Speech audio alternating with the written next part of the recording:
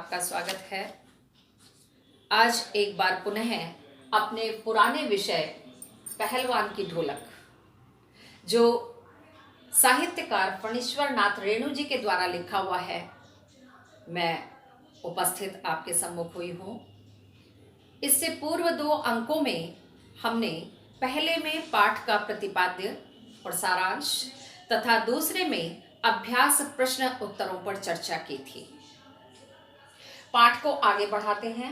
कुछ एक नंबर के आपके प्रश्न MCQ आने लगे हैं परीक्षाओं में, तो पहले 5 प्रश्न मैं आपको वही करवाती हूँ और उसके बाद कुछ पाठ आधारित अतिरिक्त प्रश्न, बोधात्मक या लघुत्तरात्मक प्रश्न करवाऊंगी।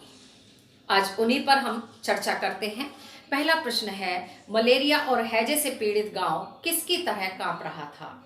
पाठ के आरंभ में ही जब प्राकृतिक वर्णन पाठ में किया गया है, तो वहां बल्कि प्रकृति का मानवीकरण किया गया है, तो वहां ये स्पष्ट किया गया है कि गांव भयार्थ शिशु यानी भयभीत बच्चे की तरह कांप रहा है। क्यों? क्योंकि गांव में महामारी फैली हुई है। दूसरा प्रश्न है, कौन सी आवाज मृत गांव में संजीवनी शक्ति भरती रहती थी? आप भली भांति जानते हैं, पहलवान की ढोलक की आवाज मृत गांव में संजीवनी शक्ति भरती रहती थी। लुट्टन पहलवान को किसने पाल पोस कर बड़ा किया? लुट्टन पहलवान को उसकी विधवा सास ने पाल पोस कर बड़ा किया। लुट्टन के माता पिता की जब मृत्यु हुई तब उसकी आयु कितनी थी? लुट्टन के माता पिता की जब मृत्यु हुई तो उसकी आयु केवल 9 वर्ष की थी। और इसी श्रृंखला का अंतिम प्रश्न है, विजयी होने के बाद लुट्टन ने सबसे पहले क्या किया? श्यामनगर मेले में चांद सिंह पहलवान को हराकर विजयी होने के बाद लुट्टन सिंह पहलवान ने सबसे पहले श्रद्धा पूर्वक नतमस्तक होकर अपने ढोल को प्रणाम किया, क्योंकि वह ढोल को ही अपना गुरु मानता था। इसके बाद बोधात्मक प्रश्न लघुत्तरीय हैं। ढोल में तो जैसे पहलवान की जान बसी थी।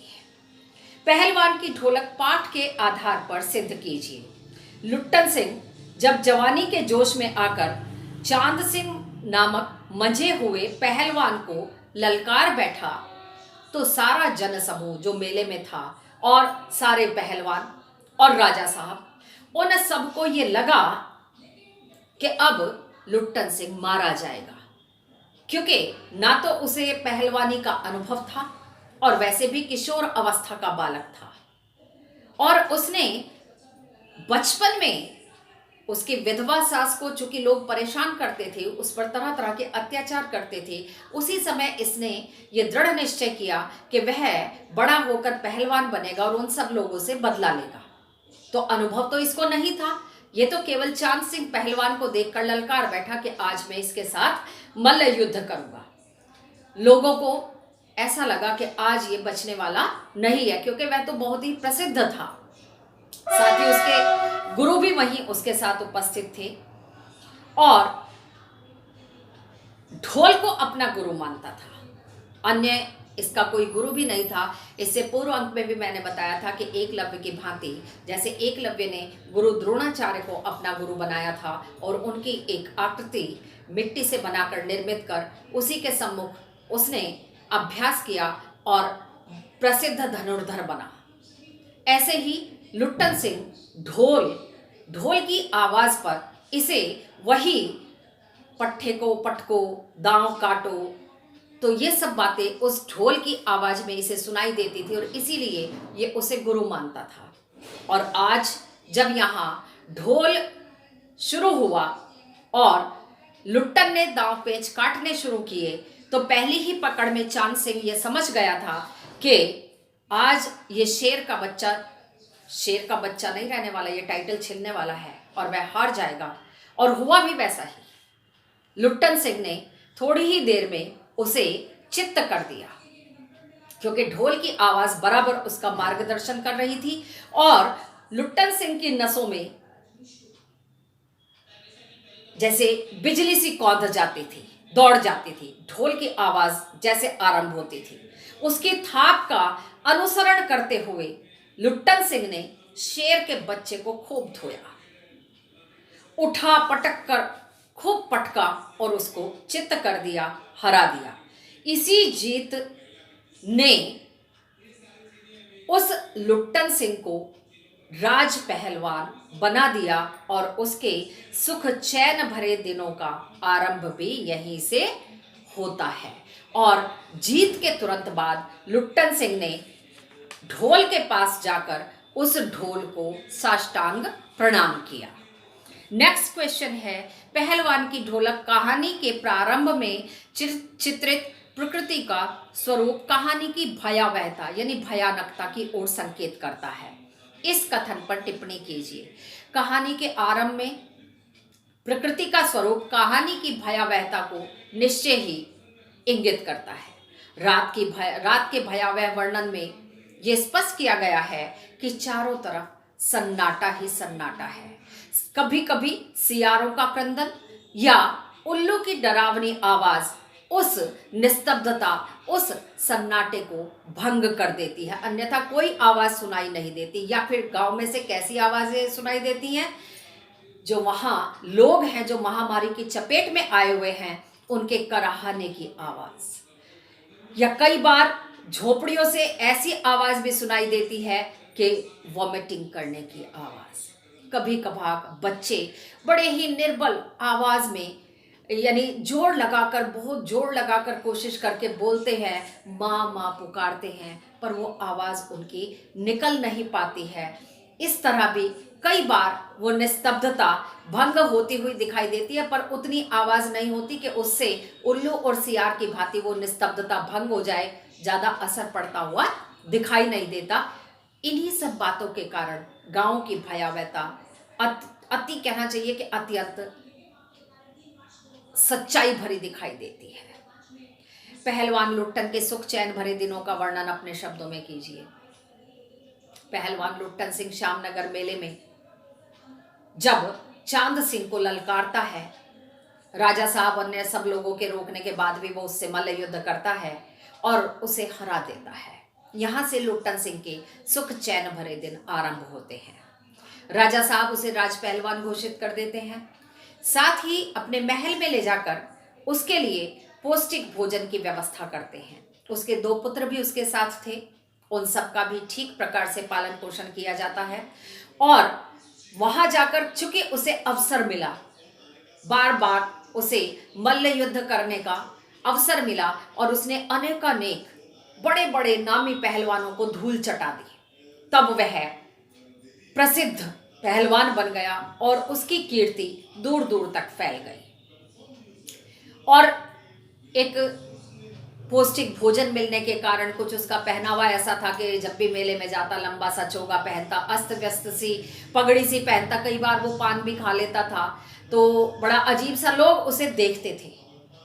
और दर्शनीय जीव भी पुस्तक पाठ में ये बताया गया है कि अब वह दर्शनीय जीव बन गया था और मेलों में जाता और वहाँ वो जो भी पहलवान आते उनको हरा देता था। और मेले में जाने पर हलवाई या अन्य जो भी दुकानें खाने की सजी होती थी, वो कहते थे, आ जाइए पहलवान साहब, लुट्टन जी आ जाओ, नाश्ता तो कर लो, 2-4 सेर आप रसगुल्ले खा लो तो आपका नाश्ता पूरा हो जाएगा। नेक्स्ट क्वेश्चन, लुट्टन के राज पहलवान बन जाने के बाद के दिनचर्या पर प्रकाश डालिए। भाई दिनचर्या क्या थी? राज पहलवान बन गए हैं, राजा साहब के यहाँ खाना वाना अच्छे से उसको पौष्टिक भोजन मिलता था, एक्सरसाइज वो करता था, समय समय पर मल्ल युद्ध के आयोजन होते थे, उनमें वो जाता था, लोगों को, उन पहलवानों को जो नामी गिरामी पहलवान थे उनको हरा देता था। उसकी कीर्ति दूर दूर तक फैल गई और ठाकुर बाड़े के सामने पहलवान खड़े होकर गरजता, महावीर, जब भी जोर से बोलता लोग समझ जाते जी पहलवान बोल रहे हैं। मेले में जब जाता तो वही लंबा चोगा, अस्त व्यस्त पगड़ी।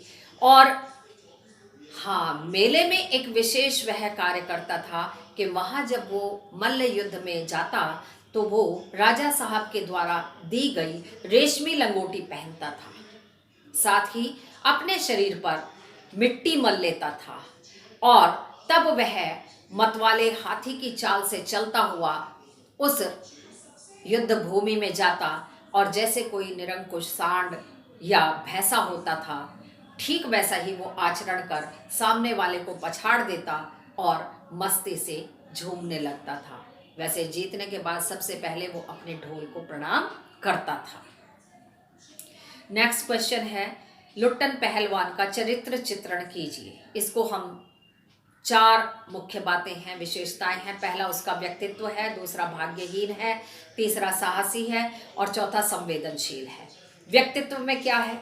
लुट्टन सिंह लंबा चौड़ा और ताकतवर व्यक्ति था। वह लंबा चोगा पहनता था तथा अस्त व्यस्त पगड़ी बांधता था। उसके दोनों लड़के वह अपने माता पिता की इकलौती संतान था, अतः उसका पालन पोषण उसकी विधवा सास ने किया था। भाग्यहीन इसलिए बताया गया है क्योंकि जब वह केवल 9 वर्ष का था तो उसके माता पिता की मृत्यु हो जाती है और अपने माता पिता की वह इकलौती संतान था, तो उसका अन्य कोई नहीं बचा था, इसीलिए उसका पालन पोषण उसकी विधवा सास ने किया था। दूसरा, जब गांव महामारी की चपेट में आया तो उससे पहले उसके दोनों बेटे उस महामारी की चपेट में आ गए और उन्होंने दम तोड़ दिया, तो इसलिए भी भाग्यहीन उसको कहा जा सकता है। यानी सदैव जीवन में जब तक उसका जीवन रहा उसने पीड़ा अधिक झेली। सुख चैन भरे दिन का काल तो वो अल्प काल है उसका, जब वो राजा साहब के यहाँ रहता था। साहसी, लुट्टन साहसी था। उसने अपने साहस के बल पर चांद सिंह जैसे नामी गिरामी पहलवान को चुनौती दी तथा उसे हराया। उसने काला खां जैसे पहलवान को भी चित्त कर दिया था। महामारी में भी वह सारी रात ढोल बजाता था, जिसके कारण से भयार्त गांव को संजीवनी शक्ति मिलती रहती थी। और अंतिम है संवेदनशील। लुट्टन में संवेदना थी। वह अपनी सास पर हुए अत्याचारों को सहन नहीं कर सका और पहलवान बन गया। गांव में महामारी के समय जब सारा गांव निराशा में डूबा हुआ था, निराशा का वातावरण व्याप्त था, ऐसे में वह रात भर ढोल बजाकर लोगों में जीवन के प्रति उत्साह, जोश पैदा करता था। नेक्स्ट क्वेश्चन है, पहलवान की ढोलक कहानी का प्रतीकार्थ अर्थात प्रतीक अर्थ स्पष्ट कीजिए। पहलवान की ढोलक कहानी व्यवस्था के बदलने के साथ साथ लोक कला और उसके कलाकारों के अप्रासंगिक हो जाने की ओर इशारा करती है। राजा साहब के मरते ही नई व्यवस्था ने जन्म लिया, यानी उनके पुत्र ने राजपाट संभाल लिया। पुराने संबंध समाप्त कर दिए गए। पहलवानी जैसा लोक खेल अब समाप्त हो गया था और यह भारत पर इंडिया के छा जाने का प्रतीक है।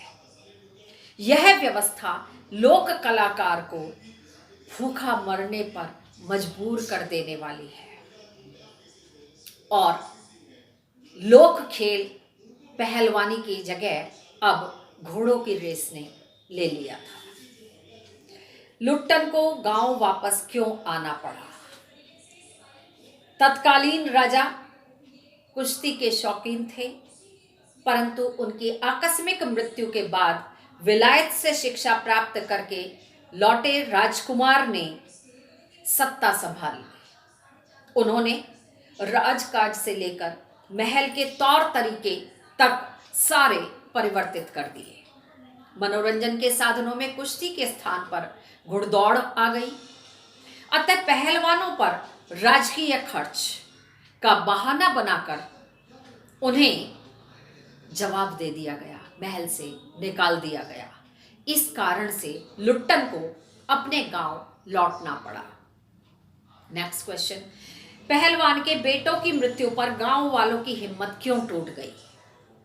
पहलवान के दोनों बेटे गांव में फैली महामारी की चपेट में आकर चल बसे।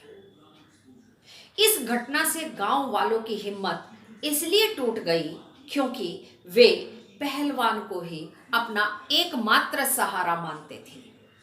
अब उन्हें लगने लगा था कि पहलवान अंदर से टूट जाएगा तथा उनकी सहायता करने वाला अन्य कोई नहीं बचेगा। पहलवान की ढोलक कहानी में किस प्रकार पुरानी व्यवस्था और नई व्यवस्था के टकराव से उत्पन्न समस्या को व्यक्त किया गया है, स्पष्ट कीजिए। पहला हम इसका कारण ले लेते हैं। पुरानी व्यवस्था में कलाकारों और पहलवानों को राजाओं का आश्रय और संरक्षण प्राप्त होता था। वे शाही खर्चे पर जीवित रहते थे, जीवन यापन करते थे, परंतु नई व्यवस्था में ऐसा नहीं होता था। दूसरा हम इसका कारण ले लेते हैं। पुरानी व्यवस्था में राज दरबार और जनता द्वारा इन कलाकारों को मान सम्मान दिया जाता था, परंतु नई व्यवस्था में उन्हें सम्मान देने का प्रचलन अब शेष नहीं रह गया है, इसीलिए उनके लिए भूखों मरने की स्थिति पैदा हो रही है। आज के अंक में यहीं तक। इसके बाद मैं फिर एक बार आपके सम्मुख एक नए विषय के साथ उपस्थित होंगी। धन्यवाद स्टूडेंट्स।